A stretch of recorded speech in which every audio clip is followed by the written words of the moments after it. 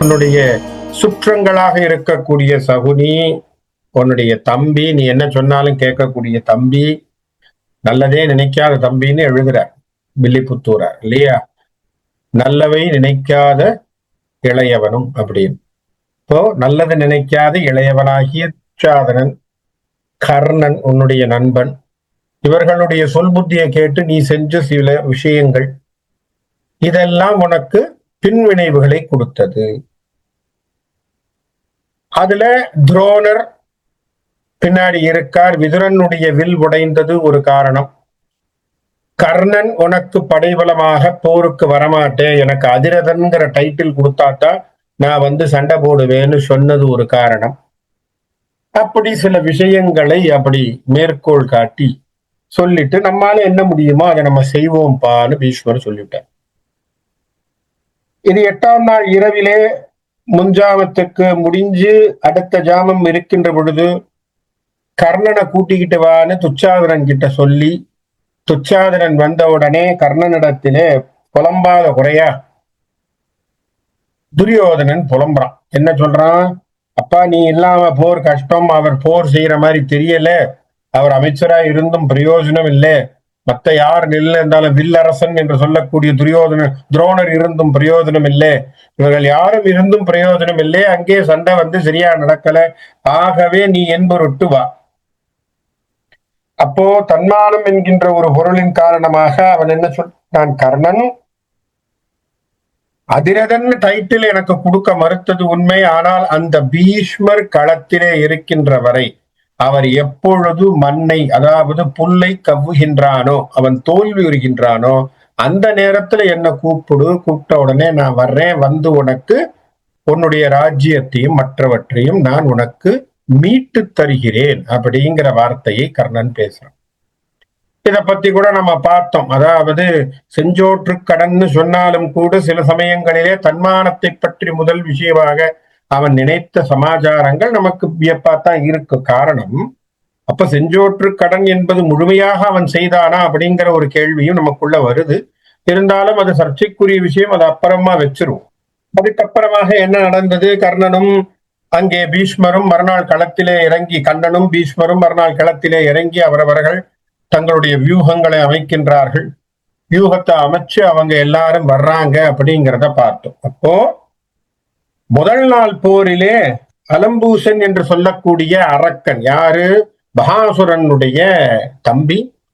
அவன் தன்னுடைய சகோதரனை பீமன் சாகடிச்சதுனால அதை பழிவாங்கிற ஒரு எண்ணத்தோடு அவன் சண்டை போட்டான். சண்டை போட்டதுல அவன் அரவான் என்று சொல்லக்கூடிய அர்ஜுனனுடைய நாக கன்னிகைக்கும் பிறந்த குழந்தையை கொண்டிருக்கான். இது பீமனுக்கு ஒரு மனதிலே ஒரு தீராத ஒரு வலியாக இருக்கு. காரணம், என் மகனை கொன்றானே. அவனை பொறுத்த வரைக்கும் அர்ஜுனன் மகனும் தன் மகன்தான் அப்படிங்கிற மாதிரியான எண்ணத்தோடத்தான் அவன் இருக்கிறான். இப்போ பீமன் அந்த விஷயத்தோடு இருக்க அலம்பூசன் எதிரில் வரான். இப்ப அலம்பூசன் எதிரில் வருகின்ற பொழுது பீமனுக்கும் அலம்பூசனுக்கும் நடக்கக்கூடிய யுத்தம் இந்த 9ஆம் நாள் போரிலே மிக முக்கியமான யுத்தமாக இருக்கு. அதைத்தான் நம்ம பார்க்க ஆரம்பிச்சோம். முதல்ல வந்த உடனேயே இருவரும் என்ன பண்றாங்க? இறங்கி குதிச்சு வார்போர், வாளினாலே போர் செய்வதற்கு தொடங்குகிறார். இந்திரனும் ஏனைய இமையோர்களும் நடுங்க அந்தரமும் என் திசையும் நின்று அதிர அதிரா வெண்திரள் அலங்கள் புனை வீமனோடு மலைவான் வந்தனன் அலம்பூசன் வலம் புனை புயத்தான். புஜபல பராக்கிரம வலிகளை கொண்டவனாக இருக்கக்கூடிய அலம்பூசன் என்ன பண்றான்? நேரடியா பீமனை பார்த்த உடனேயே சண்டை போடுறதுன்னு தீர்மானத்துல இறங்குறான். ஏன்னா அவனை பொறுத்த வரைக்கும் தன் சகோதரனை கொன்றவன் பீமன், அவனை பழிவாங்கணும்னு அவனுக்கு. பீமனுக்கு என்ன கோபம்? தன் மகனாக கருதப்படுகின்ற அரவான் என்று சொல்லக்கூடிய பிள்ளைய கொன்னதுனால இவனுக்கு கோபம். இப்ப 2 பேரும் கோபத்தோடு தான் இறங்கி இருக்கிறாங்க. கடுங்கோபத்தோடு அவர்கள் இருவரும் அந்த காட்சியிலே இருக்கிறார்கள். செருவில் வெறுவா நிருதன் சேகரன் வயப்போர் மருவு சுடர் வாளினுடன் வந்த நிலை காணா இரவி வருதேர் அணைய தேரின் மிசை இழிய உறும் உறும் என விரவின் ஓடி எதிர் வந்தான். இவன் வரக்கூடிய அந்த எதிர்ப்பை பார்த்த உடனேயே பீமன் என்ன பண்ணானா? தேரை விட்டு இறங்கி கையில வாள் எடுத்து ஓடுறான். அவனோட சண்டை போடுறது. ஆனா அந்த அளவுக்கு இவனால தாங்க முடியாத கோபம் அவனை தாக்க வேண்டும் என்று அலம்பூசனை அடிச்சுடணும்னு இவன் போறான். அவனும் வாடா நமக்கு ஒரு வாய்ப்பு, இவனை நம்ம பார்த்து போடணும்னு இவனும் நினைச்சிட்டு இருக்கான். இப்படி இருக்கிற பட்சத்திலே இவர்கள் இருவரும் ஒருவரை ஒருவர் பார்த்து கொள்கிறார்கள். யாழி ஓர் இரண்டு இகல் புரிந்தது என இகலார். ரெண்டு சிங்கம் சண்டை போட்டா எப்படி இருக்கும் இல்லையா? வில்லிபுத்தூரார் சொல்றார், ரெண்டு சிங்கம் சண்டை போட்டுச்சான். அதுதான் யாழின்னு பேர். யாழி என்று சொன்னால் சிங்கம். ரெண்டு சிங்கங்கள் ஒண்ணுக்கு ஒண்ணு சண்டை போட்டா எப்படி இருக்குமோ அது போல ரெண்டும் சண்டை போட்டவர்களாக இருந்தார்கள். யாழி ஓர் இரண்டும் இகல் புரிந்தது என இகலா மீளிமையினால் வலியாலும் விரல் மிக்கோன். இங்க ரெண்டு பேரும் போட்ட சண்டையில யார் பெரியவங்க யார் சின்னவங்கன்னு யாராலும் சொல்ல முடியும். ஏன்னா ரெண்டு பேரும் சளைத்தவர்கள் இல்லாமல் சண்டை போடுகிறார். அதனால்தான் ரெண்டு பேரையும் யாழின்னு சொல்லிட்டார் வில்லிபுத்தூரா. ரெண்டு பேரையும் சிங்கம்னு சொன்னதுக்கு காரணம் என்ன? அதே கோபத்தோடு வருகிறார்கள். ரெண்டு பேருக்கும் கோபம், ஆக்ரோஷமா அடிக்கிறாங்க இல்லையா? ஆக்ரோஷமா சண்டை போடுறாங்க. ரெண்டு பேருக்கும் கோப அக்னி முழுமையா இருக்கு. அப்ப இந்த கோப அக்னி முழுமையாக இருந்து சண்டை போடுகின்ற வாழ் சண்டையோட ரெண்டு பேரும் போடுகின்ற பொழுது ரெண்டு பேருக்குமான வலிமை என்பது சரிசமமாக இருக்கு. வாளின் மிசை வாழ தனை வைத்து, ஒருத்தர் மேல ஒருத்தர் அந்த வாளினை வைத்து சண்டை போட்டு அடல் அரக்கன் அப்படி சண்டை போட போட போட போட ஒரு சந்தர்ப்பம் பீமனுக்கு கிடைக்கிறது. அவன் என்ன பண்றான்? அவன் ஒரு நிமிஷம் தன்னுடைய புய வலிமை அவனுக்கு அயரும். இப்போ வாழ் சண்டை போடும் போது என்னன்னா, உங்களுக்கு இந்த கை, இந்த ஷோல்டர்னுடைய ஒர்க் நல்லா இருக்கணும். இந்த ரிஸ்டும் கை ஷோல்டர் எல்லாம் நல்ல செழுமையா இருக்கணும், ஃபாஸ்டா இருக்கணும், ஆக்ஷன் ரொம்ப ஃபாஸ்டா இருக்கணும். நீங்க இந்த ஒலிம்பிக்ஸ்ல ஃபென்சிங்னு ஒரு கேம் ஒண்ணு வச்சிருப்பான். அதுல இந்த வாழ் சண்டை போடுறதுன்னே ஒண்ணு வச்சிருப்பான். அதுக்குன்னே ஒரு கேம் இருக்கு. அதுக்கு ஒரு பாயிண்ட்ஸ் எல்லாம் கொடுத்து மெடல் எல்லாம் கொடுக்கறவங்க எல்லாம் இருக்கிறாங்க. அதை நீங்க பாத்தீங்கன்னா அவங்களுடைய கையும் காலும் அவர்களுடைய ஆக்ஷன் நீங்க பாத்தீங்கன்னா அவ்வளவு ஃபாஸ்டா இருக்கணும், இருந்தாதான். ஏன்னா கையில் இருக்கக்கூடிய வாழ் சுழல்கின்றது போல தன்னுடைய உடம்பும் மற்றவையும் லாபகமாக சுழலும். அப்படி இருந்தா தான் உங்களுக்கு சண்டைங்கிறது ரொம்ப அழகான விஷயங்களாக போகும். என்ன பண்றான்? பீமனும் அலம்பூசனும் சண்டை போடுகின்ற பொழுது கண்டிப்பாக யாருக்காவது ஒரு சமயத்தில் ஒரு பலகீனம் ஏற்படும். அலம்பூசன் ஒரு இடத்திலே சோர்வு உறுகிறான் அப்படின்னு நான் நினைக்கிறேன். அதனால என்ன பண்றான்? பீமன் அந்த சமயத்திலே தன்னுடைய வாளினுடைய வலிமையினாலே வாளை ஓச்சுகின்றான். அதை கொண்டு வந்து அவனுடைய கை, தோள் என்று சொல்லக்கூடிய வல புயத்தை வெட்டி விட்டான். அப்போ அலம்பூசனுக்கு ஒரு கை போச்சு, தோளிலே இறக்கினான், உரும்படி துணிந்தான். தோளில் ஒரு தோள் நிலன் உருபடி துணிந்தான், அடிச்சிட்டான் பீமன். ஆனா இதுலதான் பாருங்க வேடிக்கை. இதுதான் அரக்க குணம்ங்கிறது. இந்த அரக்கர்களுக்கு என்ன அடிபட்டாலும் அவங்க திரும்ப திரும்ப திரும்ப அந்த விடாத அந்த ஆக்ரோஷத்தோடவே இருப்பாரு. என்ன பண்ணானா, ஒரு கை போச்சு. நம்ம ஆளா இருந்தா என்ன பண்ணிருப்பான்? சரி போ ரெஸ்ட் எடுத்துக்கிறேன்னு போயிருப்பான். இவன் என்ன பண்ணானா, ஒரு கை போன உடனே அற்ற திரள் தோள் துணிய, கை போன உடனே அச்சம் அறவே நின்று, பயமே இல்லை. மற்றவனா இருந்தா பயப்பட்டிருப்பான், இவனுக்கு பயம் இல்லை. உற்றுழியும் வாழ் உரகம் என உள்ளன் ஆகி மற்றை ஒரு தோளின் மிசை தட்டி இனி மற்போர் பற்றுக என வீமன் உடல் பற்று புகுந்தான். ஒரு கை போச்சு. சரியா? என்ன ஆச்சு? வாளோட அந்த கையில் போயிடுச்சு. ஏன்னா வாழ் கைப்பட்டு இந்த வலது புயத்திலே அடிபட்ட உடனே வாளோட அந்த கை போச்சு. போன உடனே என்ன செஞ்சானா, பயப்படல, அச்சம் இல்லை, நிக்கிறான்.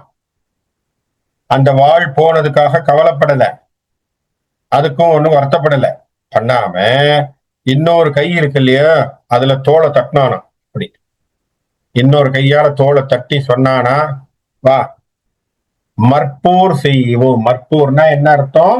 நம்ம 2 பேரும் ரெஸ்லிங் பண்ணுவோம். இந்த காலத்துல நம்ம சொல்றோம் இந்த WWF ரெஸ்லிங் மாதிரி, வா ரெஸ்லிங் பண்ணலாம் அப்படிங்கிறான்.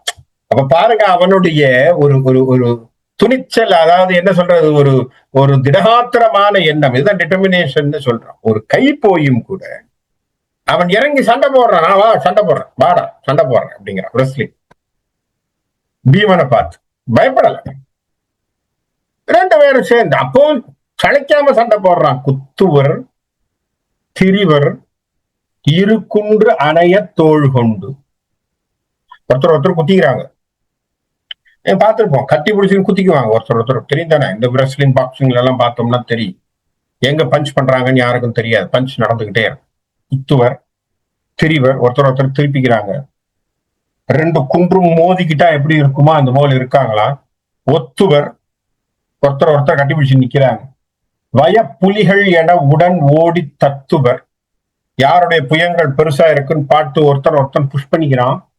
உரத்தோடு உரம் மூழ்க முது தகர் போல் மொத்துவர். ஒருத்தர் மொத்திக்கிறாங்க. மொத்துறது என்றால் குத்துவது திரும்பவும்.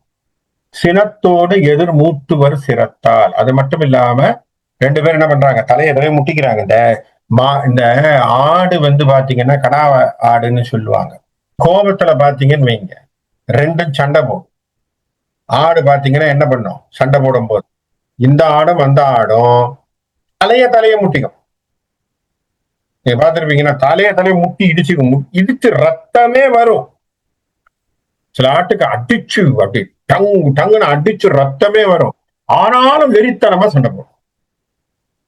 அதுபோல 2 முட்டிக்கிறாங்க, தலையை போட்டு முட்டி. அப்புறம் பாருங்க அந்த அலம்பூசன் எந்த அளவுக்கு அந்த மனதிடம் கொண்டவனாக இருந்திருக்கிறான்ங்கிறது இதுல இருந்து நமக்கு புரியுது. பாருங்க, என்ன ஒரு கை போனாலும் நான் சண்டை போடுறேன், வா உன்னோட மற்போர் செய்கிறேன் என்று இறங்கி சண்டை போடக்கூடிய அளவுக்கு அவன் திடகாத்திரத்தோட, அவன் திட மனதோடு அவன் செய்திருக்கிறான் அப்படின்னு பார்த்தா நமக்கு புரியுது. என்ன ஆச்சு, 2 பேரும் சண்டை போட்டுட்டு இருக்காங்க. பீமன் அதுலயும் பராக்கிரமசாலி, அவனை ஒன்னும் தப்பு சொல்ல முடியாது. அவனுக்கு எந்த போரும் வருது. நமக்கு இப்ப புரியுது என்னன்னா, வில்லையும் போடுறான், நல்லா வாள்லையும் சண்டை போடுறான், கதாயுதத்திலையும் சண்டை போடுறான், மற்போரும் சண்டை போடுறான். பீமன் எல்லா வகையிலையும் தயாராகித்தான் இருக்கான். அதனால அவன் என்ன பண்றான், சளைக்காமல் அவன் சண்டை போட்டுட்டு இருக்கான். மல்வழி அழித்து பிறைவாள் எயிறு அரக்கன் வில் வழி அறிந்திடுதும் என வில் எடுத்தான். இவ்வளவு சண்டை போட்ட உடனே இவன் கொஞ்சம் டயர்ட் ஆயிட்டான். ஏன்னா ஒத்த கையில தானே சண்டை போடும். பீமன் 2 சைட்லயும் சண்டை போடுறான். இப்ப அவன் ஒரே கையில தான் சமாளிக்கணும். அவன் என்ன சொல்லிட்டான், இரு இப்போ வில் எடுத்து சண்டை போடுவாங்க. இப்ப பாருங்க என்ன செய்கை. இப்போ 2 கைய வச்சுன்னு வில்ல சரியா எய்ம் பண்ணி அடிக்கிறதே பெருசு இல்லையா. அம்பு வில்லு, அத வில்லுல நம்ம அம்பை தொடுத்து அம்பை வைத்து அடிக்கணும். அப்போ 2 கைகள் இருந்தால் சரி. இப்ப இவனுக்கு என்ன ஆயிப்போச்சு, ஒரு கை இல்ல. ஒரு கை இல்லாமல் வில்லை எடுத்து சண்டை போடலாம்னு இவன் பேசுறான். அப்பனா என்ன பண்ண போறான் அப்படின்னு அழகாக சொல்கிறார். கல்வழிய தோல் விடலை கன்றி வில் எடுத்தான், தோல் வலியினோடு இருவரும் கனை தொடுத்தார். அழகாக இவர் வைமுக்கோ சொல்வார். அதை எழுதுகின்ற உரையாசிரியர் பேசுறார். இவன் ஒரு கை இன்னொன்னு கால், இன்னொரு வலப்பக்க காலை வைத்து இழுத்து விட்டான். பாருங்க, அப்ப என்ன அளவுக்கு பிராக்டிஸ் பண்ணிருப்பான் இல்லையா. நல்லா யோசிச்சு பாருங்க. இப்போ ஒரு காலை வில்லுக்கு இழுக்கக்கூடிய அளவுக்கு அவன் அதை கண்டு போயிருக்கான்னா, அப்ப அந்த அளவுக்கு அவனுக்கு பிராக்டிஸ் இருந்திருக்கணும் இல்லையா. இல்லாம இல்லையே. இல்லாம ஒரு நாள் திடீர்னு நம்ம எடுத்து பண்ணுவோம்னு பண்ண முடியாது இல்லையா. அப்போ இவனுக்கு இந்த விஷயங்கள் எல்லாம் இவனுக்கு கைவந்த கலையாக இருந்திருக்கு. ஒரு காலை எடுத்து ஒரு கால்ல வச்சு இன்னொரு வகையில கையில பிடிச்சு அம்ப வச்சு அடிக்க ஆரம்பிக்கிறான். யாரு, பீமனோடு அலம்பூசன். கனைகள் அவை ஒன்றினோடு ஒன்று எதிர் கடிந்து பிணைப்பட விழுந்து செயல்கள் கண்டு நனிபேதுற்று. ஒன்னோடு ஒண்ணு மோதுது ஒவ்வொரு கனைகளும். இணை இலது இவர்க்கு இனி 2 அணிக்கினிக்கு புனையும் இவர் என்றனர் புறந்தனோடும் இமையோர். இவன் போட்ட சண்டையில மேல இருக்கக்கூடியவர்கள் எல்லாம் ஓடி வந்து பார்த்துக்கிட்டு இருக்காங்க. அலம்பூசன் போட்ட சண்டைக்கு, பீமனும் அலம்பூசன் போட்ட சண்டையை மேலிருந்த வானவர்கள் எல்லாரும் ஓடி வந்து பார்க்கிறார்கள். அப்படி பார்க்கின்ற பொழுது அவர்கள் எல்லாம் சொல்றாங்களாம், இனி இவனோடு இப்பேற்பட்ட வீரனை நாம் பார்த்தது இல்லப்பான்னு. அரக்கனாக இருந்தாலும் மேலில் இருக்கக்கூடிய தேவர்கள் கூட அவனை பாராட்டினார்கள் என்று பேசப்படும். அப்போ இந்த போர்ல நம்ம பார்க்கின்ற பொழுது ஒரு நல்லவன் பக்கத்தில் இருக்கக்கூடிய வீரன் மட்டும் மெச்சப்படவில்லை இல்லையா? அந்த பக்கத்தில் இருக்கக்கூடியவன் அரக்கனாக இருந்தாலும் அவனுடைய வீரம் என்பது பெரிய அளவிலே அவர்கள் எல்லோருமே பாராட்டி இருக்கிறார்கள். அப்ப அலம்பூசனுடைய வீரத்தை தேவர்களும் பார்த்து வியந்திருக்கிறார்கள். என்னன்னா, ஒரு கை போயும் ஒரு கையிலே வச்சு காலை வச்சு இழுத்து வில்ல விடுறான் அப்படின்னா, அம்ப விடுறான் அப்படின்னா, அவனுடைய வீரத்தையும் ஆற்றலையும் அவனுடைய வைராக்கியத்தை நம்ம என்ன சொல்றோம்? அதுதான் முக்கியம். இந்த வைராக்கியம் தான் முக்கியம். நம்ம என்ன பண்ணிடுறோம், சில சமயங்கள் இதெல்லாம் பார்த்து, இந்த கேரக்டர்ஸ் எல்லாம் பார்த்து நம்ம தெரிஞ்சுக்க வேண்டிய விஷயம் அதுதான். வாழ்க்கையில மகாபாரத கதையை படிக்கும் பொழுது கதையா படிச்சு விட்டு தலையை ஆட்டி விட்டு வீட்டுக்கு போய் மறந்துடக்கூடாது கதையை. அலம்பூசன் கதையை படிக்கின்ற காரணத்துக்குடைய விஷயம் என்ன? அலம்பூசனை போல் வைராக்கியத்தோடு நிற்கக்கூடிய ஒரு மனோஜிடம் என்பது வேண்டும். இது முக்கியம். கதையை படிச்சுட்டா அது ஏதோ கதைக்கு வந்தாலும் சரி, எப்பா இது ஒரு கதை, இப்போதைக்கு ஒரு மணி நேரத்துக்கு இந்த கதையை கேட்டோம் சரியா போச்சு அப்படின்னு இருக்கக்கூடாது. ஒவ்வொரு கேரக்டரும் நமக்கு ஒரு படிப்பினை. அதனால்தான் இதை நம்ம அப்படி உற்று கவனித்து படிக்க வேண்டும் இல்லையா? ஏதோ நம்ம ஒரு பொழுதுபோக்குக்காக படிக்கிறது இல்லை. ஒவ்வொரு கதாபாத்திரங்களும் நமக்கு சொல்லுகின்ற கருத்துக்கள் என்ன அப்படிங்கிறத பார்க்கணும். அப்போ அலம்பூசனுடைய வைராக்கியம் என்பது பாருங்க, எங்க பாருங்க, இனி அடுத்தது அவனுக்கு சாவுதான். தெரிஞ்சு போச்சு இல்லையா? ஒரு கை போன பிறகு ஒன்னும் பெருசா நிக்க போறது இல்லை. பலகீனம் தான். பலகீனம் ஆனாலும் என்னால் முடிந்த வரை நான் சண்டை போடுவேன் என்று சொல்லக்கூடிய வைராக்கியம் இருக்குன்னு சொன்னா, இந்த கேரக்டரை நம்ம மனசுக்குள்ள புடிச்சுக்கிட்டோம்னா இதுக்கு பேருதான் மசான வைராக்கியம்னு சொல்றோம். அப்படி ஒரு வைராக்கியம் இருந்தா நல்ல விஷயங்கள்ல நாமும் சாதிக்கலாம். அதுதான் நம்ம தெரிஞ்சுக்க வேண்டிய விஷயம். அப்ப என்ன சொல்றான், இவனுக்கு இணை இல்லப்பா, இவன் இவ்வளவு பெரிய வீரனாக இருக்கிறான் என்று சொல்லி யார் வந்தார்களாம்? புரந்தரோடு இமையோரும் வந்தார்களாம். மேல இருந்து பாக்குறாங்களாம், அப்பா எப்பேற்பட்டவனா இருக்கானே, எப்பேற்பட்ட வீரத்தோடு சண்டை போடுறானே நினைச்சாங்களா. பாருங்க, பீமனை விட்டுட்டு அலம்பூசனை கூட தேவர்கள் கொண்டாடினார்கள் என்பது உண்மை. அப்போ மலையினையும் வாசுகையும் பொருவும் நானும் சிலையும் அற மேல் ஒரு செழுங்கனை தொடுத்தான். அப்படி ரெண்டு பேரும் அப்படி சண்டை போடுகின்ற பொழுது பீமன் என்ன செய்யறான், ஒரு அழகான ஒரு கனையை எடுத்து தொடுக்கிறான். தொலைவில் பகையான பகன் மார்பும் இருதோளும் குலையுமாறு நனி குத்தி உயிர் கொன்றான். இப்போ ஒரு அம்பு என்ன பண்ணா, பீமன் விட்டதிலே அவனுடைய உயிர் பிரியக்கூடியதாக போச்சு. அவனுக்கும் ஒரு பாயிண்ட்ல விட்டுருக்கணும் இல்லையா? வேற வழி இல்லையா? அவனும் அடிபட்டான் இல்லையா? குலையுமாறு நனிக்குத்தி உயிர் கொண்டான் ஆச்சு. அப்பவும் என்ன ஆச்சா, உயிர் போகக்கூடிய அளவுக்கு விழுந்தாலும் இந்த அரகுர உயிர்லையும் பாருங்க, எவ்வளவு பாருங்க, அரகுர உயிர்லையும் என்ன பண்ணிருக்கான், தட்டி தடுமாறி எழுந்து, அப்போ இறக்கல. உயிரை கொல்லக்கூடிய ஒரு அம்பினை பட்ட பிறகும் தட்டி தடுமாறி எழுந்து பாருங்க, மந்தரமும் என அமர் மலையவன் அந்தரம் இது அல்ல என அந்தர நெறி போய் கந்தர நெடுங்கிரி கரத்தினால் எடுத்து அச்சுந்தரன் வயங்கு திருத்தோழி தன்னில் எரிந்தான். அவனால கடைசி அட்டம் பண்ணிடுவோம் வீமனை அப்படின்னு சொல்லி தட்டி தவழ்ந்து எழுந்து, உயிரே போறக்கூடிய சமயத்துல எழுந்து பக்கத்துல இருக்கக்கூடிய மலை போல் இருக்கக்கூடிய ஒரு கல்ல புடுங்கி எரியறானாம் பீமன். எப்படி பாரு அவனுடைய திறம். அவன் என்ன பண்ணிருக்கான், அப்போ எடுத்து எரியறான். அப்போ அந்த இடத்திலே இத பீமன் என்ன பண்றான், பீமன் எதிர்பார்க்கல, இவன் கீழே விழுந்துட்டான்னு நினைச்சிட்டான். ஏன்னா இவனை அம்பினால் அடித்த உடனேயே அலம்பூசன் கீழே விழுந்து இறந்து போயிட்டான், அல்லது இவன் அவ்வளவுதான் இவன் நினைச்சிட்டு இருக்கும் பொழுது எழுந்து பட்டார்னு ஒரு கல் எடுத்து எரியும் பொழுது பீமன் யோசிக்கவே இல்லை. பீமனை சுற்றி இருந்த அபிமன்யு பார்த்துட்டு அந்த கல்லினை தன்னுடைய அம்பினால் துகள் துகள் ஆக்குகிறான். என்ன செய்யறான், எரியும் அளவில் குறிசல் இளவல் திருமைந்தன். அர்ஜுனனுடைய பிள்ளை அபிமன்யு பக்கத்துல நிக்கிறான். அவன் என்ன பண்றான், அச்சிஜோ பீமன் மேல விழுகிறது, தன்னுடைய பெரியப்பா மேல விழுதுன்னு உடனே என்ன பண்ணான், டக்குன்னு ஒரு அம்பு எடுத்தான். குறியினோடு வெண்சிலை குடிந்து அருகு நின்றான். பக்கத்துல ஓடி வந்தான், தேர்ல கடகடன் வந்தான்.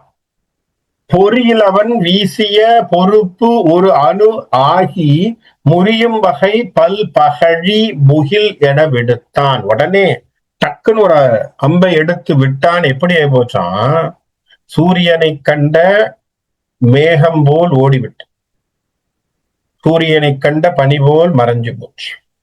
அந்த அளவுக்கு என்ன பண்ணிட்டான், அந்த மலையை துகள் துகளாக்கக்கூடிய அளவிற்கு அந்த அம்பினை விட்டு அந்த மலையை துகள் துகளாக்கி விட்டான். இப்ப என்ன போச்சு, இப்போ அவன் குத்துயிரும் கொலையுமா இருக்கான்னு தெரிஞ்சு போச்சு. இருந்தாலும் அவனுடைய கதையை முடிக்கணுங்கிறது பீமன் தீர்மானம் பண்ணின்னு விட்டான். ஏன்னா இன்னும் அவன் என்ன பண்றான், இந்த மலையெல்லாம் எடுத்து பிடுங்கி எறிகிறான்னா அப்ப உண்ணாம உயிரோடத்தான் இருக்கிறான். பீமன் உடனே என்ன பண்ணான், தன் பக்கத்தில் இருந்த வேலை எடுத்தான். வில் அபிமன்யு வெங்கனைகள் விசையோடு அவன் எரியும் கல் அசலம் நீரு படிவித்து திரள் கண்டே கொல் இனி வேண்டும் என வெய்தும் ஒரு கூர்வேல் வல் அடல் அரக்கன் அகல் மார்பின் விசை விட்டான். என்ன பண்ணிருக்கான், பக்கத்துல இருந்த ஒரு வேலை எடுத்தான். இவன் அம்ப போட்டு அந்த கல்லெல்லாம் துகள் துகளாக போன பிறகு உடனே பீமன் பக்கத்திலே இருந்த கூரிய வேலை எடுத்து அந்த அலம்பூசனுடைய மார்பிலே விட்டான்.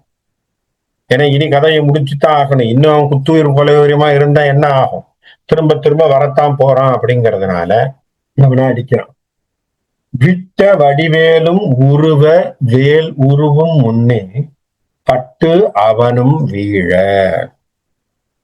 இருபாலும் வரும் சேனை. என்ன போச்சு, அவன் மேல போய் விழுந்த உடனே இப்பதான் அவனுடைய கதை முடிஞ்சு போச்சு. கீழே விழுந்துட்டான் மொத்தமா. முட்டவும் இவன் பின்னாடி வந்த சில சேனைகள் இருக்கிறாங்க இல்லையா, அவங்கெல்லாம் என்ன பண்ணிட்டாங்க, பாதி பேர் தன்னுடைய தலைவன் கீழே விழுந்த உடனே பயந்து ஓடி போயிட்டான். அலம்பூசன் போன உடனே அரக்கர்கள் சேனைகள் எல்லாம் என்ன போகும், தலைவனே போயிட்டான் ஐயோ அப்படின்னு சொல்லி பாதி பேர் ஓடி போயிட்டான். இன்னும் பாதி பேர் சண்டைக்கு வருகின்ற பொழுது இவன் என்ன பண்ணான், பீமன் இடத்துல போய் நின்று சண்டை போட முடியுமா, பீமன் முட்டாவும் இவன் கனை முனைக்கு எதிர் இலக்காய் கெட்டனர் நிசாசரர்கள் கிரிகள் என வீழ்ந்தனர். அவனை சுற்றி வந்திருந்த அரக்கர்கள் படைகள் அத்தனையும் என்ன போச்சு, எப்படி எல்லாம் மொத்தமா பொத்து பொத்துன்னு கீழே விழுந்துதான். என்ன காரணம், பீமன் அது மட்டும் இல்லாமல் அபிமன்யு இருவரும் கனைகளை விட அவர்கள் மாண்டார்கள். அப்போ அலம்பூசன் என்கின்ற ஒருவனுடைய ஒரு பெரும் பராக்கிரமம் என்பது இந்த 9ஆம் நாள் போரிலே மிக முக்கியமான ஒரு விஷயமாக, ஏன்னா அவன் ஒரு பெரிய கதாபாத்திரமாகிய அரவான் என்று சொல்லக்கூடியவனை கொன்றது மட்டும் இல்லாமல் அவனால் இந்த சேனைக்கு பல சேதங்கள் ஏற்பட்டது. யாருக்கு, பாண்டவ சேனைக்கு இல்லையா. முதல் நாள் போரில 8ஆம் நாள் போரில் அலம்பூசனால சில சேதங்கள் ஏற்பட்டது. அப்ப அதை சரி செய்வதற்காக 9ஆம் நாள் போரிலே அலம்பூசன் இறக்கின்றான். இதுதான் முக்கியமான கதாபாத்திரம். அங்கே தல உருளு கௌரவ படையிலே ஒரு பெரிய அடி வாங்கின உடனே இப்ப என்ன பண்றாங்க, மற்ற மன்னர்கள் சும்மா இருப்பாங்களா, துரியோதனன் சும்மா இருக்க மாட்டானே, போ பீமனை போய் அடிங்க. ஏன்னா அவனு தான் இலக்கு. துரியோதனனுக்கு என்னைக்குமே பீமன் தான் இலக்கு. பீமனை போய் அடிங்கன்னு அனுப்புறான். 6 படி 100 படி 1000 அரக்கர்கள், மற்ற அரக்கர்கள் எல்லாம் அனுப்பி விடுறான். போ மறுபடு பாடை வடு மன்னர் ஒரு ஓடி வந்து நிக்கிறாங்க சண்டை போடுறதுக்கு. உருபடு வெங்கதை கொடு அன்று அவன் உடைக்க செருபடும் மூளைகள் தெரித்தன சிரத்தில். என்ன பண்ணா, கையில கதாயுதத்தை எடுத்தான், போட்டு எல்லாரையும் அடி அடி அடி அடிக்கிறான். அடிச்சதுல சில எல்லாம் அப்படியே செத்து பொத்து பொத்துன்னு விழறாங்க. இந்த அரக்கர்கள் குலங்கள் அலம்பூசன் பக்கத்திலே இருந்த, பகாசுரன் பக்கத்திலே இருந்த அந்த அரக்கர்களுடைய கூட்டம், கௌரவர்களுக்காக வந்திருந்த கூட்டங்கள் அத்தனை பேரையும் வீமன் அடித்து மாய்த்தான். அப்ப பீமன் என்ன பண்ணிட்டான், 9ஆம் நாள் போரிலே அரக்கர்கள் பலரை அவன் துவம்சம் செஞ்சிட்டான். செஞ்சு அத்தனை பேரும் அடியாச்சு. அப்ப அழகாக சொல்கிறான், முன்பகலில் மைந்தனை முறுக்கிய அரக்கன் யாரு? அரவானை கொன்ற அலம்பூசன். பின்பகலில் விழ, மறுநாள் விழ வடிவேல் கொடு பிளந்தான். அவனை வடிவேல் கொண்டு அவனை உடைச்சான். சொல் பகல் இலான் இளவல் என்றனர் துதித்தனர் அல் பகல் இலா உலகில் வாழ் அமரர் எல்லாம். இப்ப அவன் இறந்த பிறகு பீமனை என்ன சொல்றாங்களா, இவனை எந்த வகையிலையும் சொல்லி பாராட்ட முடியாத வீரனை கொண்டவனாக இருக்கிறான்னு சொல்லி இப்ப பீமனையும் பாராட்டுகிறார்கள். முதல்ல அலம்பூசனையும் பாராட்டியவர்கள் இப்ப பீமனையும் சேர்ந்து பாராட்டுகிறார்கள். பீமனிடத்திலே சொல்கிறார்கள், எவ்வளவு பெரிய விஷயம்ப்பா நீ செஞ்சிருக்க, அரக்கர்களை நீ அணித்து துவம்சம் செஞ்சிருக்க அப்படின்னு சொல்லி அந்த தேவர்கள் குலங்கள் அத்தனை பேரும் அவனுக்கு வாழ்த்துக்களை சொன்னார். அப்போ பீமனுக்கு தேவர்கள் வானோர்கள் எல்லோரும் வாழ்த்து சொல்கிறார்கள். அலம்பூசனுக்கும் வானோர்கள் எல்லோரும் பெருமைப்பட்டார்கள், வாழ்த்து சொன்னார்கள். அப்போ இந்த அளவுக்கு நமக்கு பார்க்கின்ற பொழுது வீரம் என்கின்றதை எந்த பக்கத்திலே இருந்தாலும் அதை அவர்கள் அங்கீகரித்திருக்கிறார்கள் அப்படிங்கிறது நமக்கு புரியும். அதை தேவர்களும் வானவர்களும் என்ன செஞ்சிருக்காங்க, அவன் அரக்கனாகவே இருந்தாலும் அதை அங்கீகரித்தார்கள் அப்படிங்கிறதும் நமக்கு புரியக்கூடிய விஷயமா இருக்கு. சரி, இப்போ இதெல்லாம் நடந்துகிட்டு இருக்கும் பொழுது அர்ஜுனன் பக்கத்துல என்ன நடக்குதுன்னு பாருங்க. இப்போ பீமன் இதை செஞ்சுட்டான். பீமன் அலம்பூசன் அடிச்சாச்சு, அலம்பூசன் செத்து போனா, அலம்பூசனோடு வந்திருக்கக்கூடிய அரக்கர்கள் அத்தனை பேரும் ஆண்டு போனார்கள். அவர்களோடு அவன் சண்டை போட்டு அதை பண்ணிட்டு இருக்கான். இந்த பக்கத்துல அர்ஜுனன், அடுத்த கதாநாயகன் நமக்கு அர்ஜுனன். அர்ஜுனன் என்ன பண்றான் அப்படின்னு சொன்னா, கௌரவ படையை சேர்ந்த காசி தேசத்தினுடைய மன்னனும், சேதியர் என்று சொல்லக்கூடிய மன்னரும், கலிங்கர் அப்படின்னு சொல்லக்கூடியவர்களும் கௌரவ சேனையின் மூலமாக இவனை தாக்க வருகிறார்கள். இவங்களெல்லாம் கௌரவர்களுக்கு அவர்கள் படைக்கு துணையாக நின்றவர்கள். இவங்கெல்லாம் வராங்க, காசியர்கள், சேதியர், மாலவர், கலிங்கர், இவங்கெல்லாம் வராங்க, வந்து சண்டை போடுறாங்க. பூசலிடை 70,000 பொங்கி, 7-10,000 அப்படின்னு எழுதுற வில்லிபுத்தூரர். அத்தனை பேர் வந்திருக்காங்களாம். அப்ப 70,000 பேர் வந்தாங்களாம். கேசவன் நடவு கிளர்த்தேர் கொழு சுவேத வாசி உடையான் விசையன் வாழியின் மடிந்தர்.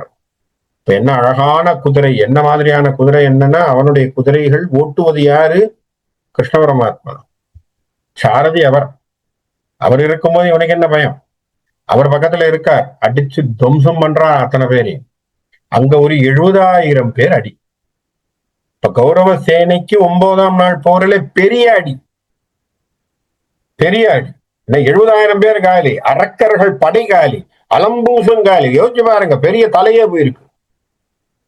துரியோதனை ஏற்கனவே பயந்து போயிருக்கான் தன்னுடைய தம்பிமார்கள் எல்லாம் இறந்ததுக்கு, இல்லையா? பீஷ்மனை பார்த்து கதறிட்டு இருக்கா, ஐயோ எல்லாரும் இப்படி ஆயிட்டாங்களே.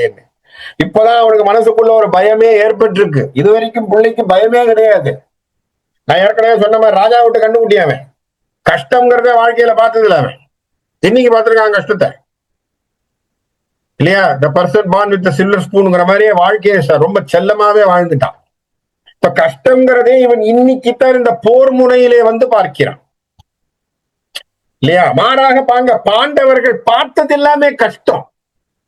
அதுதான் அவங்க அனுபவம். இதுதான் பெரிய விஷயம் வாழ்க்கையிலே. நம்ம நிறைய பேர் சொல்லுவோம், நல்லவங்க ஏன்பா கஷ்டப்படுறாங்க? கஷ்டம் தான்ப்பா அனுபவத்தை தரும்.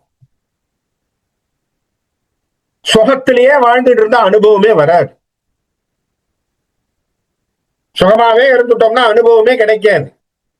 வாழ்க்கையில அனுபவம் தான் முக்கியம். அனுபவத்தை பெற்று தருவது நமக்கு இந்த மாதிரியான சூழ்நிலைகள் மேலும் கீழும் இருந்தா தான் சரி.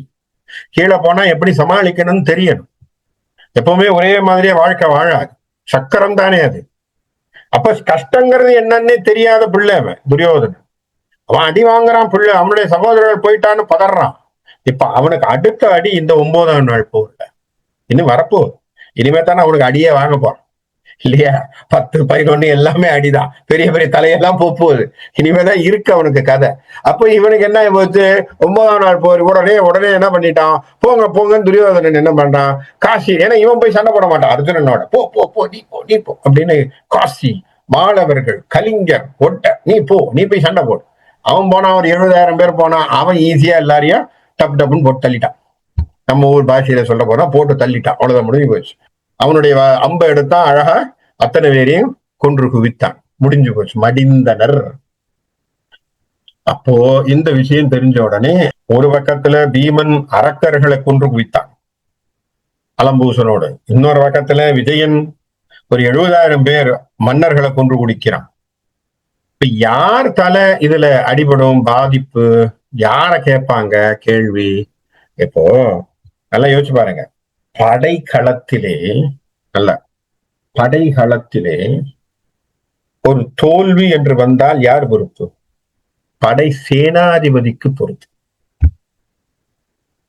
இல்லையா? நல்லா யோசிச்சு பாருங்க, யாருக்கு பொறுப்பு? ஏன்னா வியூகம் வந்தான போடுறான், சேனாதிபதி தானே வியூகம் போடுறான். நீ தானப்ப சொல்ற, நீதான் வார்க்கு, நீதான் லீடர் இல்லையா?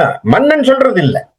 மன்னன் என்ன சொல்றான், இந்த முப்படையை நீ எப்படி நடத்திக்கணும்னு நான் உன்கிட்ட கொடுத்துட்டேன், நீ டிசைட் பண்ணுங்க, உனக்கு பவர் கொடுத்துட்டேன், நீ டிசைட் பண்ண. அப்ப சேனாதிபதிக்கு தான் தலைவலி. சேனாதிபதி யாரு? பீஷ்மருக்கு தலைவலி. பீஷ்மருக்கு முன்னாடி இங்க ஒரு சரிவு, அங்க ஒரு சரிவு.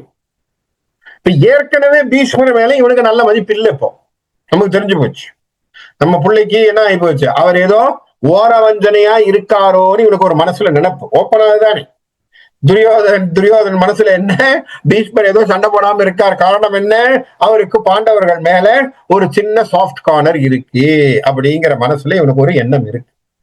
இப்போ இந்த விஷயம் நடந்தா அவர் சும்மா இருக்க முடியுமா? அவர் தன்னுடைய விஷயங்களை காட்டித்தான் ஆக வேண்டும். அதனால அவர் என்ன பண்றார், கோவத்தோட வந்து அவர் சண்டை போடுறதுக்கு, விஜயனோட சண்டை போடுறதுக்கு வர. ஏன்னா அவர் வில் போர் செய்வதற்காக வருகிறார். துரக தடத்தேர் தனஞ்சயின் கைவரி வெண்சாபம் சொரிகனையால் உரகத்துவசன் பெருஞ்சேனை ஊர்சார் உடைய. அப்போ ஒரு பக்கத்திலே விஜயன் என்று சொல்லக்கூடிய அர்ஜுனன் அடிச்சு ஒரு 70,000 பேரை சாகடிக்க, இன்னொரு பக்கத்துல பீமன் அடிச்ச அரக்கர்களோட அலம்பூசனோட ஒரு சில பேரை அவன் சாகடிக்க, கோவத்திலே என்ன பண்றான், சருகு ஒத்த அனில குமரன் கைத்தண்டல் உடைய கன்சி வந்து கோவம் வந்துட்டு கருகி திருகி மேல் நடந்தான். கோபத்துல நடக்கிறான். கங்கை நதியாள் திருமைந்தன், கங்கை நதி பெற்ற திருமைந்தனாகிய பீஷ்மன் இப்ப கோபமா என்ன பண்றாரு? ஏன்னா அவருக்கு இப்ப பொறுப்பு.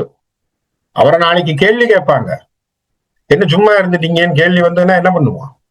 அதனால அவன் என்ன பண்றான், கோபத்திலே சருகு ஒத்த அனில குமரன். அப்போ என்ன அழகா, இப்போ காத்து அடிக்குது அப்படின்னு சொன்னா, ஒரு 4 நாளைக்கு முன்னாடி கூட சரியான ஒரு காத்து அடிச்சுது நம்ம ஊர்ல. இந்த காத்து அடிச்சதுல பாத்தீங்கன்னா பூத்தொட்டில இருந்து எல்லாம் பறந்து போச்சு. ஒரு சருகு இருக்கு அப்படின்னு வச்சுப்போம், காஞ்ச சருகு, இலை சருகு அடிச்ச காத்துல நிக்குமா? நிக்க முடியுமா?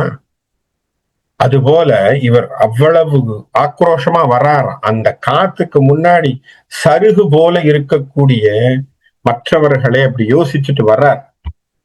அப்படி இருக்கக்கூடியவனாக கையிலே வில்லை எடுத்து கொண்டு வரும்பொழுது என்ன நடக்குதுன்னு பார்ப்போம். பட்ட களிற்று பாய் புறவி பைம்பொன் தடத்தேர் பாஞ்சாலர் என்ன பண்றார், இவரை வழிமறிக்கின்றான். பாஞ்சால தேசத்தை உடைய பாஞ்சாலியினுடைய அப்பா, திரௌபதியினுடைய அப்பா என்ன பண்றார், வர்றார். அப்படி பாஞ்சாலன் எதிரில் வரான், எதிரில் வந்து நிறுத்துறான் தேர.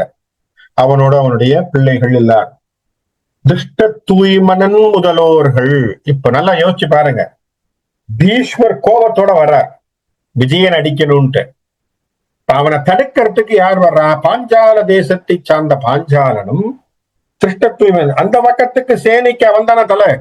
யாரு சேனாதிபதி? யாரு? திருஷ்டத்யுமன் தான் சேனாதிபதி பாண்டவர்களை. அவன் தடுக்கணும் இல்லையா? அவனும் உள்ள நுழையான்.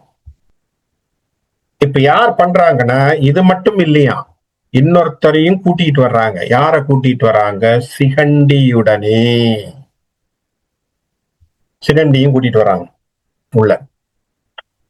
ஏன்னா இப்பதான் இது டெஸ்ட் கிரவுண்ட்.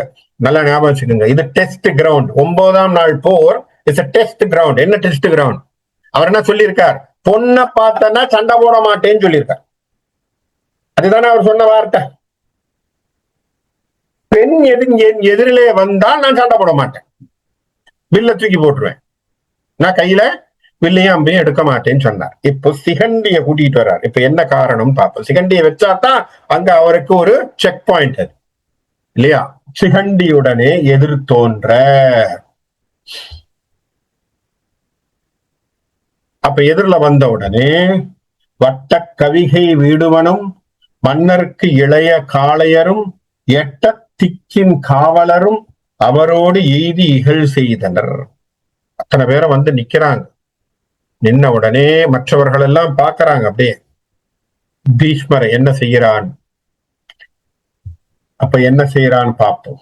வரி வெண் சிலை கை கௌரவர்க்கு முதலாம் முதல்வன் வடிக்கனைகள் தெரியும் கணத்தில் தெரியாமல் தேரும் தாமும் சிலர் பட்டனர், கரியும் தாமும் சில பட்டனர், கலிவாய் மதுக்கை கால் வேக பரியும் தாமும் சில பட்டனர், படாதார் உண்டோ பாஞ்சாலர்.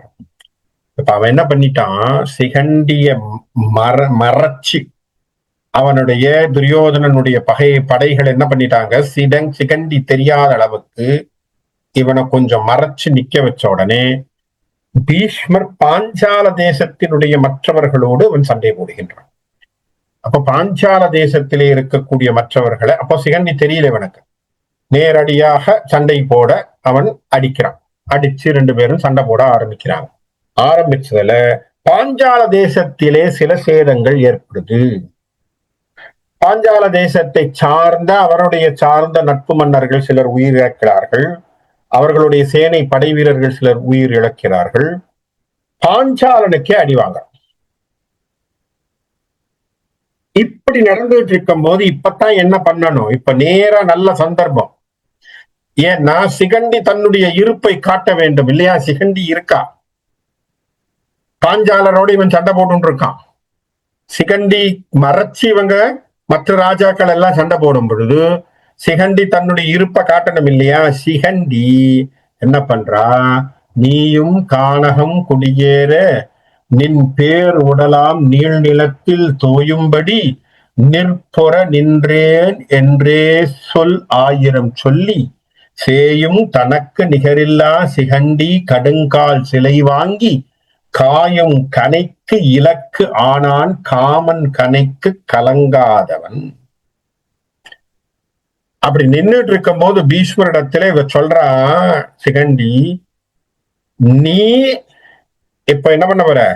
நீயும் சீக்கிரம் இறப்பாய், நின்னுடைய உடல் இந்த நிலத்திலே விழும், அது செய்ய நான் பொறுப்பாக இருப்பேன் என்று சொல்லி சிகண்டி சத்தமா சொல்றா. அப்பத்தான சிகண்டி இருக்கிற இருப்பு தெரியும். நல்லா ஞாபகம் வச்சுங்க. சிகண்டி மறைக்கப்படுகிறாள். நல்லா ஞாபகம் வச்சுங்க. சிகண்டி ஒரு மூலையில இருக்கான், மறைக்கப்படுறா. அப்ப சிகண்டி சத்தம் போட்டா தானே பீஷ்மருக்கு போய் எட்டும். சத்தமா சொல்றா. அப்படி வீராவேசமாக பேசுகின்ற பொழுது என்னதான் போர் செய்யறவனாக இருந்தாலும் பீஷ்மர் பார்ப்பார பார்க்க மாட்டாரு இல்லையா? யாரா இது நம்மளை பார்த்து யாரோ சொல்றாங்கன்னு ஒரு எண்ணம் வருமா இல்லையா? ஒரு நிமிஷம் என்ன பண்றான்? பாக்குறான். பார்த்தா சத்தம் போட்டு சொல்றான், நீயும் உன்ன நான் சீக்கிரம் மேலுலகத்துக்கு அனுப்பிடுவேன், நீ உன்னுடைய உடம்பு கீழே விழும், அதுக்கு நான் தான் பொறுப்புன்னு சொல்லி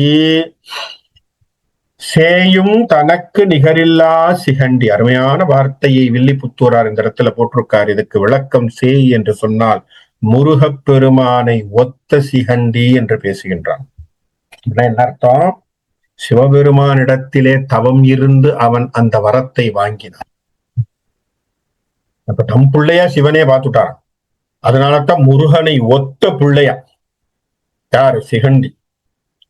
அந்த சிகண்டி கடுங்கால் சிலை வாங்கி அவருடைய அம்பு விழுது பீஷ்மர் மேல. அந்த கையில விழுந்த உடனே அப்படி திரும்பி பார்க்கிறார். பார்க்கின்ற பொழுது என்ன வார்த்தை எழுதுறார் பாருங்க வில்லிபாரத். இதான் வார்த்தைகளை நம்ம ரசிக்க வேண்டிய விஷயம். என்னன்னா, இந்த உலகத்திலேயே பெரிய பெரிய வீரர்கள் எவ்வளவு பெரிய வீரர்களாக இருந்தார் சரியா, இந்த உலகத்துல எவ்வளவு பெரிய வீரர்களாக இருந்தாலும் சரி, எத்தனை பெரிய வீரர்கள் எதிரில தன் மேலே அம்பை பொழிந்தாலும் கொஞ்சம் கூட கலங்காத வீரர்கள். ஆனால் ஒரு அம்புக்கு கலங்குவார்கள் என்று நம்முடைய சங்க தமிழ்ல இருந்து எல்லாத்திலுமே நம்ம பேசுறோம். என்ன ஒரு அம்பு? மன்மதன் பானத்திற்கு எல்லோரும் கலங்குவார்கள் இல்லையா? மன்மத பானம் பட்டுடுத்துனா என்ன ஆகும்? எல்லாருக்கும் ஒரு கலக்கம் வந்துடும். ஏன்னா அவன் எப்ப போடுறான், என்ன மாதிரி போடுறான்னு யாருக்குமே தெரியாது. அப்படி விழுந்துருமா. ஆனா வில்லிபுத்தூரர் என்ன வார்த்தை போறார்? இதுதான் நம்ம ரசிக்க வேண்டிய வார்த்தைகள். காயும் கனைக்கு இலக்கானான், காயும் கனைக்கு இலக்கானான். யாரா? பீஷ்மர் சொல்றான். காமன் கனைக்கு கலங்காதவன் இல்லையா? அப்பா எவ்வளவு பெரிய விரதம் எடுத்தான். நான் பீஷ்மன் என்கின்ற விரதத்தை எடுத்தான். என்ன விரதம்? இந்த ஜென்மத்துல நான் வேற ஒரு பொண்ணை கல்யாணம் பண்ணிக்க மாட்டேன் இல்லையா? பிரம்மச்சாரியா இருக்க போறேன். பிரம்மச்சாரியா இருக்க போறேன்னா எவ்வளவு பெரிய திடவிரதம். அந்த திடவிரதத்தை முறிப்பதற்கு மன்மதன் எவ்வளவு முயற்சி செய்தாலும் காமனுடைய கணைகள் ஒரு வகையிலேயும் அவனை புண்படுத்தவில்லை. அழகா வார்த்தை போட்டார் வில்லிபாரதத்துல. பாருங்க வார்த்தைகள். காமன் கனைக்கு கலங்காதவன். காமன் கனைக்கு கலங்காத பீஷ்மர் சிகண்டி விட்ட கனைக்கு திருப்பி பார்க்கணும். இதுதான் காரணம். இத இப்படி நீங்க யோசிக்கணும். காமன் கனைக்கு கலங்காதவன் சரியா? காமன் எவ்வளவு பெரியவனாக, இந்த உலகத்திலே பெரிய சஞ்சலங்களை கொண்டு வரக்கூடியவனாக மன்மதன் இருந்தாலும் அவனுடைய கனைக்கு கலங்காத அவன் அப்படி சிகண்டி விட்டு ஒரு அம்புக்கு அப்படி பார்க்கிறான். ஒரு நிமிஷம் கலங்குறான். கலங்குறான்னா என்ன அர்த்தம்? ஏன்னா அவனுடைய விரதம் இது. என்ன? பெண்ணிடத்திலே நான் சண்டை போட மாட்டேன். வில்லோன் சரங்கள் பட நகை செய்து மேல விழுது. அங்கேருந்து சிகண்டி விடுகின்ற சரங்கள் எல்லாம் அவன் மேல விழுது. சிரிக்கிறான். சண்டை போடாம சிரிக்கிறான், கையில வில்ல வச்சுக்கிட்ட.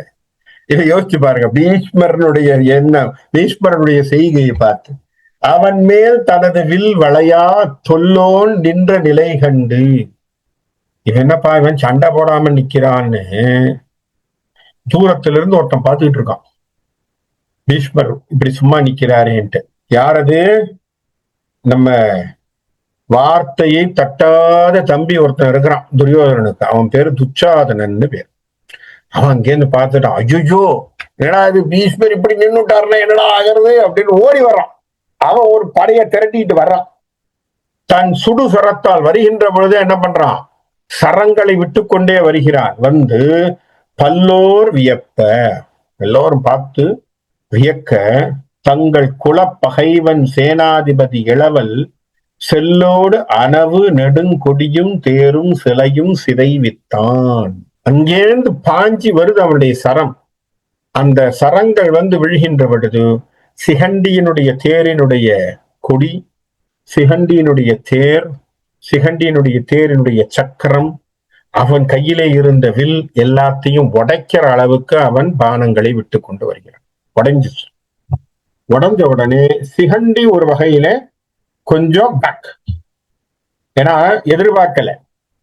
சிகண்டி எதிர்பார்த்தது என்ன? பீஷ்மர் தனியா இருக்கார், கார்னர் பண்ணிடலான்ட்டு. அதாவது 10ஆம் நாள் பண்ண வேண்டிய விஷயத்த 9ஆம் நாளே முடிச்சுடலாம்னு யோசிச்சாங்க. ஆனா முடியல. ஆனா இது ஒண்ணு தெரிஞ்சு போச்சு. இதுக்கு பேர் என்ன சொல்றோம்? நாளைக்கு பண்றதுக்கு ரிஹர்சல் இன்னைக்கே பார்த்து விட்டான் சிகண்டி. சரியா? நாளைக்கு என்ன பண்ண போறோமோ அதுக்கான ரிஹர்சல் இன்னைக்கு நடந்து போச்சு. இப்ப பீஷ்மர் சிகண்டியை பார்த்தா எடுக்க மாட்டாருங்கிறத உண்மையான வார்த்தைன்னு தெரிஞ்சு போச்சு. அப்ப அது ட்ரை பண்ணாங்க. ட்ரை பண்ண உடனே துச்சாதன் அங்க ஓடி வந்ததுனாலே சிகண்டி என்ன பண்ணிட்டான்? சரின்னு பின்வாங்கியாச்சு. சிகண்டி பின்வாங்கியாச்சு. இவனோ இலக்கு. அப்ப இதை பார்த்த உடனே விசயன் நடுவந்து பகழி வீச பகைவர்கள் புறமிடுதல். அப்போ ஓடி வராங்க. பக்கத்துல எல்லாரும் ஓடி வந்து அவனை தாக்க வருகின்றார்கள் என்று சொன்ன உடனே அர்ஜுனனுக்கு விஷயம் தெரிஞ்சு போச்சு. அர்ஜுனன் அங்கேருந்து பாக்குறான். அவன் என்ன செய்யறான்? ஓடி வரான். அவன் தன்னுடைய தேரை எடுத்துக்கிட்டு வர்றான். இவனோ இலக்கு ஆம் என் பகழிக்கு என்பான் போல் எம் குலத்தில் அவனோ செங்கை சிலை வீழ்த்தான் அரசன் தம்பிக்கு அழிந்து இவனும் தவ தவனோதயத்தில் இருள் எனச் சாய்ந்தான் என்று தனஞ்சயன் தன் பவனோதய தேர் நடுவிட்டான் பணியார் தாமும் புறமிட்டார். அப்ப துச்சாதனனோடு வந்திருக்கக்கூடிய அரசர்கள் எல்லாம் வந்து சிகண்டியை தாக்குவதை பார்த்த உடனே விஜயன் என்ன பண்றான்? தன்னுடைய தேரிலிருந்து அவன் அவர்களை தாக்க ஆரம்பிக்கிறான். தாக்க ஆரம்பிச்ச உடனே அங்க துச்சாதனனோடு வந்திருந்த சில அரசர்கள் எல்லாம் புறமுதுகு காட்டி ஓட ஆரம்பித்தார்கள். சிலர் மாண்டு போனார்கள், புறமிட்டார்கள். அநேகமாக எல்லாரும் ஓடி போக ஆரம்பிச்சிட்டாங்க. ஏன்னா அர்ஜுனனோட சண்டை போடுறது கஷ்டம். அதனால என்ன ஆயிப்போச்சு, இவங்க எதிர்பார்க்கல, இவங்க சிகண்டியை அடிக்கணும்னு நினைச்சு வந்தாங்க. அதுக்குள்ள விஜயன் அர்ஜுனன் உள்ள பூந்து அவர்களை அடிக்க ஆரம்பிச்சிட்டான். பார்த்தன் கணையால் பட்டவர் பங்கேருகத்தோன் பலகோடி நாத்தந்தினாலே எண்ணுதற்கு நாம் ஆர் புகழ. இங்க வில்லிபுத்தூரார் ஒரு வார்த்தை சொல்றார். பார்த்தன் ஆகிய அர்ஜுனன் போட்ட கணைகளினாலே அடிபட்டு புறமுதுகு காட்டி ஓடியவர்களும் இறந்து போனவர்களும் கணக்கு சொல்லணும்னா என்ன நம்ம சொல்றோம் இல்லையாப்பா, கணக்கு எண்ணி மாளாதுப்பா அப்படின்னு நம்ம சொல்றோம் இல்லையா. அதுக்கு வில்லிபுத்தூரார் சொல்றார், இதுக்கு என்ன அப்படின்னா பங்கேருகத்தான். பங்கேருகத்தான் என்ன? தாமரையில் வீற்றிருக்கக்கூடிய ஒருவன். யார் அவன்? பிரம்மா. தாமரையிலே வீற்றிருக்கக்கூடியவன் பிரம்மா. பிரம்மா நமக்கு என்ன பண்ணிருக்கான்னா ஒரே ஒரு நாக்கு தான் கொடுத்துருக்கான். சரியா? இந்த ஒரு நாக்க வச்சு எவ்வளவு என்றதுன்னு தெரியலேன்ட்டார் வில்லிபுத்தூரர். இந்த ஒரு நாக்க வச்சு எவ்வளவுப்பா என்றது தெரியல. 1000 நாக்கு கொடுத்தாலும் எண்ண முடியாது. எண்ண முடியாதுன்னா அந்த அளவுக்கு அவனுடைய பராக்கிரமம் இருந்தது. ஏனென்றால் அத்தனை பேரையும் அவன் ஓட செஞ்சிட்டான். விஜயன் விட்ட வில்லினாலே அவர்கள் அத்தனை பேரும் ஓடினார்கள். மாத்தந்திகளும் புறவிகளும் துணிய துணிய வழிசோரி நீத்தம் தன்னால் வடவை முக நெருப்பு ஒத்தது கார் நெடுவேளை. அப்படி வந்து அவர்கள் விஜயன் விட்ட வில்லினாலே ஏற்பட்டதிலே எத்தனை குதிரைகள் விழுந்தன, எத்தனை யானைகள் விழுந்தன, எத்தனை படை சேனைகள் விழுந்தன, எத்தனை மன்னர்கள் புறமுதுக்கு காட்டினார்கள், அடிபட்டார்கள், மாண்டு போனார்கள் என்பதை கணக்கு சொல்லுவது என்பது கடினம் என்று வில்லிவாரதத்திலே வில்லிபுத்தூரார் சொல்றார். அப்ப அந்த அளவுக்கு சண்டையை அர்ஜுனன் ஆக்ரோஷமாக செய்திருக்கிறான். இதுல இருந்து என்ன தெரியுது? 4ஆம் நாள் போரிலே கிருஷ்ண பரமாத்மா சொன்னதிலிருந்து அர்ஜுனன் ரொம்ப மும்முரமாக சண்டை போடுறான்னு தெரியும் இல்லையா. ஒரு சந்தர்ப்பம் வந்து பீஷ்மரோட சண்டை போட மாட்டேன்னு தயங்கி நிக்கின்ற பொழுது கிருஷ்ணர் தானே சொல்ற, நீ பண்றியா இல்ல நான் முடிக்கட்டுமான்னு பேசிட்ட. அதிலிருந்து விஜயன் என்று சொல்லக்கூடிய அர்ஜுனன் ஆக்ரோஷமாக சண்டை செய்கின்றான். ஏன்? அப்பதான் அவனுக்கு தன்னுடைய கடமை என்னன்னு புரிஞ்சு போச்சு. அப்பதான் இந்த பகவத்கீதை சமாச்சாரம் அவன் மனசுல ஏறி இருக்குன்னு நான் நினைக்கிறேன். கடமையை புரிந்து கொண்டான். என்ன? தான் போராளி, நம்ம போர் செய்துதான் ஆக வேண்டும். போருக்கான சத்திரியனாக நம்ம அங்க இருக்கிறோம். போர் தர்மம் என்ன? சண்டை போடுறோம் அப்படிங்கிற விஷயத்தை தெள்ளந்தெளிவாக புரிந்து கொண்டு மனதை திடப்படுத்தி கொண்டு சண்டையை போட ஆரம்பிச்சிட்டான். இன்னும் இருக்கு.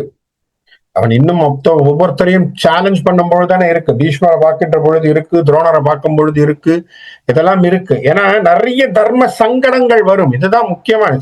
மகாபாரதம் ஒரு பெரிய படிப்பினை நமக்கு. பெரிய படிப்பினை நமக்கு மகாபாரதம் ஒரு பெரிய காப்பியம். அது மட்டும் இல்ல, ஒரு பெரிய படிப்பினை. ஒவ்வொரு இடங்களும் ஒவ்வொரு விஷயங்களும் நமக்கு அப்படி வந்து நிறைய சந்தர்ப்பங்களை சொல்லித்தரக்கூடிய விஷயம். அப்போ அப்படி வந்து விஜயனுடைய ஒரு கணைகளிலே தாக்கப்பட்டு விழுந்தவர்கள் இருந்தார். இப்படி இருக்கின்ற பட்சத்திலே பீஷ்மரும் இப்ப சிகண்டியை அடிச்சுட்டு சிகண்டியை இவன் தள்ளி விட்டுட்டான் துச்சாதனன் இல்லையா. அப்ப திரும்ப பீஷ்மர் எழுந்துச்சிட்டார். ஏன்னா பீஷ்மர் இப்ப திரும்பியும் மற்ற ஆட்கள் வந்தா சண்டை போட முடியும். அப்ப சண்டை போடுறதுன்னு தீர்மானம் பண்றார் பீஷ்மர். மண்ணும் சேனையும் படக்கண்ட வாட்சந்தனுவின் திருமைந்தன் பின்னும் தனது சிலை ஏந்தி பேணார் எவருக்கும் பின் காட்ட துண்ணும் பகழி மழை பொடிந்து துரகம் பொழுது விராடபதி என்னும் குறிசல் தனக்கு இளையோன் ராமர்க்கு இளையோன் எனத்தக்கோன். இப்போ விராடபதி என்று சொல்லக்கூடிய மச்ச தேசத்தினுடைய ராஜா இருக்கிறார்ல விராட், அவனுடைய தம்பி இளையவன், அவன் பேரு சதானிகன் என்று பேர். அவன் என்ன பண்றான், அவன் பீஷ்மரோடு சண்டை போட இறங்குறான். அவன் சண்டை போட வரான். வந்த உடனே என்ன நடக்குதுன்னு பார்ப்போம். இப்போ தன்னும் பரிமான் தேர் உடையான் படைத்தேர் மன்னவர் பலர் சூழ என்னும் சிலை கை சதானிகன் வந்து எதிர் உன்றுதலும் என் திசையும் மண்ணும் திகைக்கும்படி மலைத்தான் மண் பேர் உயிருக்கு ஆர் உயிராம் கண்ணும் போல்வன் கருதலருக்கு கடுங்கால் எழுப்பும் கனல் போலவன். இப்போ நேருக்கு நேர் எதிராக ரெண்டு பேரும் நின்று சண்டை போடுறதுன்னு தீர்மானம் பண்ணி பீஷ்மர் அம்பு விட சதானிகன் அம்பு விட ரெண்டு பேரும் சண்டை போடுறாங்க. இப்படி 8 திசைகளிலும் பறக்கின்றது பானங்கள் எல்லாம் போகுது. உற்று சமரில் வில்லெடுத்து உறவோன் தன்னை உடலோடும் அற்று சென்னி வேறாக்கி வீழ் துணிந்தே அம்பு ஒன்றால் செற்று கங்கை மகன் நிற்ப சேரார் ஓட தேரேனும் ஈற்று தெரித்து மகுடும் என விழுந்தான் புனரிக்கிடை அந்தோ. ஒரு வில்லெடுத்தார், அழகாக அம்பை தொடுத்தார், தொடுத்து அடிச்சார். அடிச்சதிலே சதானிகனுடைய தலை தனியாக உடம்பு தனியாக போய் விழுந்தது. பீஷ்மர் யார அடிச்சார், சதானிகனை அடித்தான். சதானிகனுடைய உயிர் பிரிந்தது. இந்த 9ஆம் நாள் போர் பல திருப்பங்கள்.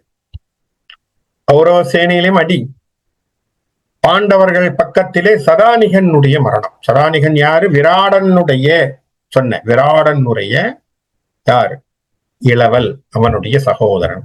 அப்படி கீழே விழுந்த உடனே சிலத்தின் சினம்பட முன்னம் சிவேதன் உயிர் கொண்டு உடல் சிதைத்தான். பக்கத்துல இருக்கிறவங்க எல்லாம் புலம்புறாங்களாம். ஒரு நேரத்துல என்ன பண்ணா, சிவேதன் என்று சொல்லக்கூடியவன் யாரு, விராடனுடைய பிள்ளை. அவனை கொன்னாங்க இல்லையா, ஒரு 4ஆம் நாள் போர்ல அவனை கொன்னார். யார் கொன்னார், பீஷ்மர் தான் கொன்னார். சிவேதனை கொன்றார். தளத்தில் கனகமுடி சிந்த சரத்தில் அழித்தான் சதானிகனை. இப்போ சதானிகனை கொன்னான். சொல்லிட்டு சொன்னாங்கன்னா, வளத்தில் திகிரிதன்னை உருட்டும் மாந்தேர் மச்சத்து அவனி பார்த்தம். மச்ச தேசத்து ராஜாவுக்கு குலத்திற்கு இவனே கூற்று என்று சொன்னான். பீஷ்மர் தான்ப்பா இந்த மச்ச தேசத்து ராஜாவுக்கு யமன் போல் இருக்குடான். ஏன்னா அவன் குலத்தில் இருக்கிற 2 பேரையும் இவன் தானே தூக்கிடுறான் இல்லையா. பிள்ளைய எடுத்தான், இப்போ சகோதரனை எடுத்திருக்கான். அப்படின்னா இவன் தான்ப்பா யார், இவன் மச்சத்து அவனி பார்த்தம், குலத்திற்கு இவனே கூற்று. அவனுடைய குலத்துக்கு இவன் தான்ப்பா கூற்று என்றனர். கூற்றும் கொலையும் கொலை வேளார் எல்லாரும் சொல்றாங்களாம். அப்படி சொல்லுகின்ற பொழுது அந்த பக்கத்திலே சூரியன் அஸ்தமனம் ஆகிறது. 9ஆம் நாள் போருக்கு சூரியன், இது பார்த்த உடனே சூரியன் என்ன ஆகுது, அஸ்தமனம் ஆகுது. இந்த விஷயத்தை தெரிந்து கொண்டு யார், சதானிகன் இறந்த விஷயத்தை பார்த்துவிட்டு திருஷ்டத்துய்மனன் மனதிலே துயரத்தோடு எண்ணத்தோடு உள்ளே போகின்றான். பாசறையில் சேர்ந்து நெடுங்கன் முறி புருவத்திடத்துய்மன் சேனையோடும் சார்ந்த நிருபர் 5வரோடும் தானும் தன் பாசறை அடைந்தான். பாண்டவர்களை கூட்டிக்கிட்டு போயிட்டான். பாங்கோ இன்னைக்கு முடிஞ்சு போச்சு, சூரிய அஸ்தமனமாய் போச்சு. பாந்தாள் உயர்ந்த அரசுடனும் பைம்பொற் கவரி மதி கவிகை வேந்தருடனும் போய் புகுந்தான் தன் பாசறையில் வீடுனம்.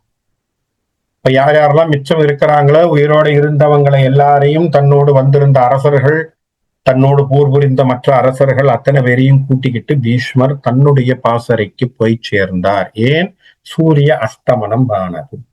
சூரிய அஸ்தமனத்துல போர் செய்யக்கூடாதுன்னு முதல்ல டிசிஷன். ஏன்னா இதெல்லாம் டிசிப்ளின். அவங்களுடைய மகாபாரத போர் ஒரு டிசிப்ளின்டு போர்ன்னு நான் சொன்னேன். எனக்கு கரெக்டா எப்போ ஸ்டார்ட் பண்ணணும், கரெக்டா எப்போ முடிக்கணுங்கிறதெல்லாம் இருந்துதான். அது யாரோ ஒருத்தர் கூட கேட்டாங்க, இப்ப லஞ்ச் டைம்ல இருந்துதா சார்னு ஒருத்தர் ஒரு கேள்வி கேட்டார். இருந்திருக்குங்கிற கூற்று இருக்கு. என்ன காரணம், பாண்டியன் தன்னுடைய நெல்களை எல்லாம் கொட்டி கொண்டு கவளம் கவளமாக சோறு படைத்து படை வீரர்களுக்கு சோறு சமைத்து தந்தான். பகலிலே சோறு சமைத்து தந்தான்னு ஒரு வரலாற்று குறிப்பு இருக்கு பாரத போர்ல. இப்ப பாண்டிய நாட்டிலிருந்து சோழ நாட்டிலிருந்து நெல்லெல்லாம் போய் சோறு வெடிச்சு போட்டிருக்காங்கன்னா அப்ப என்ன அர்த்தம்? லஞ்ச் பிரேக் எல்லாம் இருந்திருக்குன்னு அர்த்தம். லஞ்சும் நடந்திருக்கு, டின்னரும் நடந்திருக்கு. இப்ப நல்லா திருப்தியா சாப்பிட்டுக்கிட்டு சண்டை போட்டிருக்காங்க. அதனால நல்லா தெரிஞ்சிருக்கு. ஒருவேளை நடுவுல காஃபி டீ எல்லாம் கிடைச்சிருக்கோ என்னவோ நமக்கு தெரியல. ஆனா மொத்தத்துல சண்டை போடுகின்ற பொழுது சாப்பாடெல்லாம் கொடுத்துதான் சண்டை போட்டிருக்காங்கிற பதிவு நமக்கு கிடைக்குது. அப்போ என்ன இருக்கு? இரவு நேரத்திலே சூரிய அஸ்தமனமான பிறகு இவர்கள் நிறுத்தி விட்டார்கள், போரை நிறுத்திவிட்டு அவரவர்கள் அவர்களுடைய பாசறைக்கு போய் சேர்ந்தார்கள். அப்போ பருதி தன்னுடைய இலக்கத்தை சுரித்து கொண்டு போய்விட்டான். மறுநாள் காலையிலே சூரிய அஸ்தமனம் முடிஞ்சு உதயம் ஆகின்றது அப்படின்னு சொல்லி இந்த 9ஆம் நாள் போரினுடைய சருக்கத்தை அப்படி வில்லிபுத்தூரார் முடிக்கிறார். இப்ப இந்த 9ஆம் நாள் போர் என்பது மிக ஒரு முன்னோடியாக, பீஷ்மருக்கு சிகண்டிக்கும் ஒரு முன்னோடியாக இல்லையா, விஜயனுடைய பராக்கிரமத்தை பார்க்கின்ற ஒரு முன்னோடியாக, பீமனுடைய பராக்கிரமங்கள் அவன் சொல்லவே வேண்டாம். ஆரம்பத்துல இருந்து பீமன் தான் சண்டை போட்டுட்டு இருக்கான் பயங்கரமா. அர்ஜுனனாவது தயங்கினான் நடுவுல இல்லையா, அர்ஜுனனாவது தயங்கினான், பீமன் தயங்கல. முதல் நாள்ல இருந்து ஒரே மாதிரி தான் இருக்கான். அவன் சண்டையிலே தீர்மானத்தோட தான் சண்டை போட்டுட்டு இருக்கான். ஆக பீமனுடைய பராக்கிரமம், அங்கே அர்ஜுனனுடைய பராக்கிரமம், பீஷ்மர் செய்திருக்கக்கூடிய சதானிகனுடைய மறுப்பு மரணம், அலம்பூசனுடைய சண்டை, இதெல்லாம் பார்க்கின்ற பொழுது 9ஆம் நாள் போர் ஒரு பதிவான போராக நமக்கு தெரியும். அதனுடைய தாக்கம் இனி வருகின்ற 8 நாளுக்கு இருக்க போகும். ஏன்னா இனிமே கதையில மிக மிக அற்புதமாக இந்த வருகின்ற 8 நாள் போர்ல தான் விஷயமே இருக்கு. ஏன்னா பல பல தலைகள் உருளப் போகுது. அதிலே ஒரு முன்குறிப்பா சொல்லிப்படுறேன், 10ஆம் நாள் போர் தான் பீஷ்மர் அம்பு படுக்கையில் விழுவது. அதுதான் முக்கியம். அது கிட்டத்தட்ட நிறைய எழுதியிருக்கார், நிறைய பாட்டு எழுதியிருக்காரு. ரசிச்சு படிக்க வேண்டிய விஷயம். நான் ஃபாஸ்டா சொல்ல போறது இல்லை, நிதானமா தான் படிக்க போறேன்.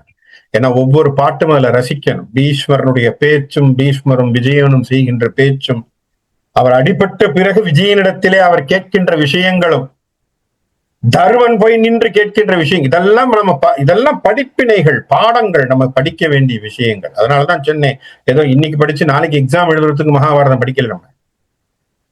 நம்ம படிக்கிறது எதற்காக? நம்மை நாம் தேற்றிக் கொள்வதும் நம்மை நாம் முன்னேற்றுவதற்கான விஷயங்களை மகாபாரதம் நமக்கு சொல்லித் தருகிறது.